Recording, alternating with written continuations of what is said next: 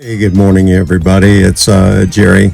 Just wanted to do a quick video. I'm out and about this morning, so I figured I'd do one in the old car, talk a little bit about some things that I've been wanting to do a video on, but quite honestly, I've been super busy. And I've been looking at some changes in the life settlement market, what the future is going to hold. And then also looking back, there was some recent surveys done. Cunning & Conning brought out a report, and Cunning & Conning's been around since I've been involved in this business since '02. So their reports are very important. A lot of people hold credence to what they have to say. And in essence, the marketplace did somewhere between $4 to $5 billion in face sales last year. I believe that was accurate. I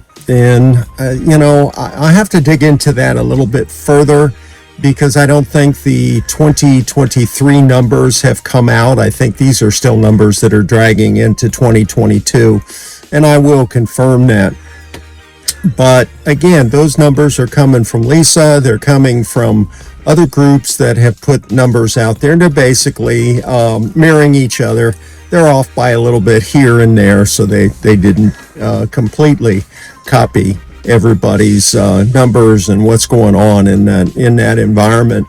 But let's talk a little bit about one of my favorite subjects that seems to have been pushed back. The latest thing that I saw, and I think I brought it up in a video, it's been a while, was the situation that you had. The state of Montana was looking into the enhanced cash values that the carriers are showing to clients. Again, it appears that they're being selective on what they're doing and how they're doing it, which is a violation of most states. They want their policies to be approved by the state, and none of this information seems to be in there, and they're acting as life settlement providers, brokers, whatever you wish to call them, and they're offering certain clients the ability to liquidate their policy for an enhanced cash value. Well, I have to tell you, I used the term that was given to me 20 years ago. Agents were saying, "Oh, I can't do a life settlement, it's selling away." Well, I have to be honest with you. If that's the case, then what are we looking at with enhanced cash values? I think that we have the same circumstances here. I don't like the idea of competing against carriers. And if I was the insured, and they probably don't give a flip, all they're concerned about is how much money they're going to get. But if you accept that offer without taking it to the market, it's kind of foolish for you to do that. Because they're going to make an offer. What's that offer based on? It's a very good question. I have yet to get any answers on how they're evaluating someone in that regard. Are they using the same companies that providers use for underwriting? Again, I am not sure, and nobody's talking.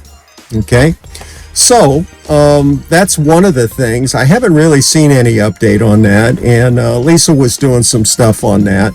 And I hope that they continue their efforts trying to get that under control. But that's been going on for a couple years, and it's becoming more and more prevalent. I can tell you, I've seen some cases, quite honestly, lost some cases to that scenario because clients feel more comfortable in dealing with a Lincoln or dealing with a John Hancock or whatever carrier it happens to be.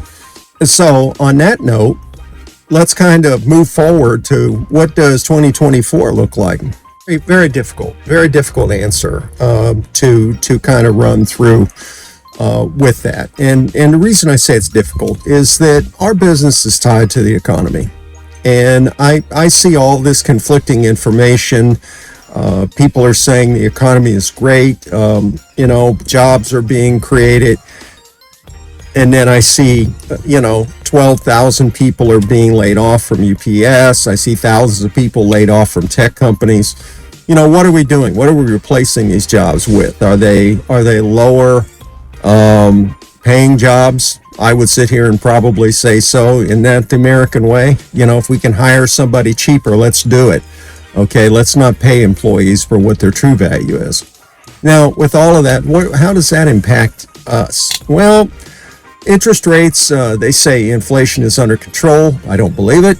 I think that you're looking at the second quarter being a very, very telling tale. I'll be curious to see what happens in the second quarter, but there are a lot of people that are much smarter than I am, and they're saying that watch out. You've got a housing crisis there.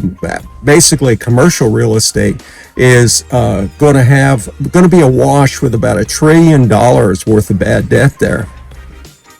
These office buildings aren't being occupied, and the pandemic has a lot to do with that. There's a change in how people are viewing this marketplace in regards to working from home. These young people, and again, I'm an old guy. It's 60 plus years of age.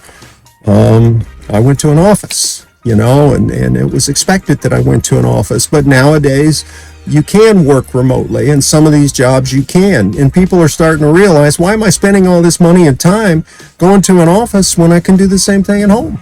It makes sense, but the employers also are concerned, are these people really working? They want to have more control over what's happening with them.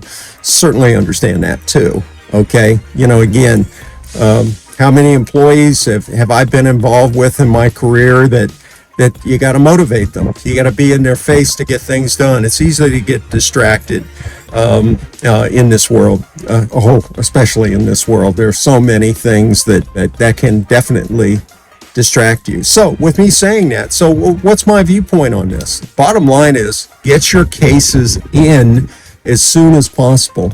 Life settlements are kind of lagging because they come in tranches of money.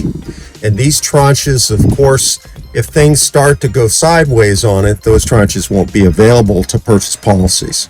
So just remember, okay, if you don't get your policies in, and don't do it with a couple weeks left before the darn thing lapses, don't do that to yourself. Don't do it to your clients. The clients are going to be mad. And don't look at this as a last resort. Consider it an option that should be explored every single time for a senior. Okay, if they've got a policy that they're having struggles with keeping it afloat, maybe the term is coming up, is it something that they could convert? Explore those options. And by the way, use a broker, okay?